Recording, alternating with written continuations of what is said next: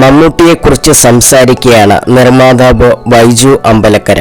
Q സ്റ്റുഡിയോയ്ക്ക് നൽകിയ അഭിമുഖത്തിലായിരുന്നു അദ്ദേഹം ഈ കാര്യങ്ങൾ പറഞ്ഞത്.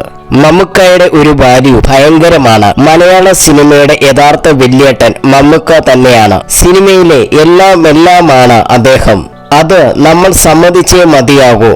മധുസാറെല്ലാം സീനിയറായി ഉണ്ടെങ്കിലും മലയാള സിനിമയിലെ വല്യേട്ടൻ മമ്മൂക്കയാണ്. വല്യേട്ടൻ സിനിമയുടെ റിലീസ് സമയത്ത് ഞാൻ 2 തിയേറ്ററിൽ പോയി. അവിടെ പോയപ്പോൾ എനിക്ക് തിയേറ്ററിൽ കയറാൻ കഴിഞ്ഞില്ല. അത്രയ്ക്കും ആളുകൾ ഉണ്ടായിരുന്നു. തിയേറ്റർ ഉടമകൾക്കൊന്നും എന്നെ അറിയില്ല. എങ്ങനെയൊക്കെയോ ഇടിച്ചു കയറി ഞാൻ തിയേറ്ററിന്റെ അകത്തെത്തി. അപ്പോൾ കണ്ട കാഴ്ചകൾ, ആളുകൾ പൂമാലകളും തോരണങ്ങളുമെല്ലാം സ്ക്രീനിലേക്ക് എറിയുകയാണ്. സ്ക്രീൻ കീറുമോ കറയാകുമോ എന്നായിരുന്നു തിയേറ്റർ ഉടമകൾക്കെല്ലാം പേടി. ആ ചിത്രം സത്യത്തിൽ ഒരു ഉത്സവം പോലെയായിരുന്നു. വല്ലാത്ത ഒരു ഓളമായിരുന്നു. ബൈജു അമ്പലക്കര പറയുന്നു. 2000-ൽ റിലീസായ വല്യേട്ടൻ നിർമ്മിച്ചത് ബൈജു അമ്പലക്കരയാണ്.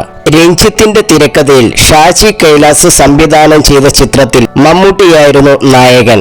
അറക്കൽ മാധവനുണ്ണിയായി മമ്മൂട്ടി നിറഞ്ഞാടിയ ചിത്രം ആ വർഷത്തെ പല കളക്ഷൻ റെക്കോർഡുകളും തകർത്തിരുന്നു.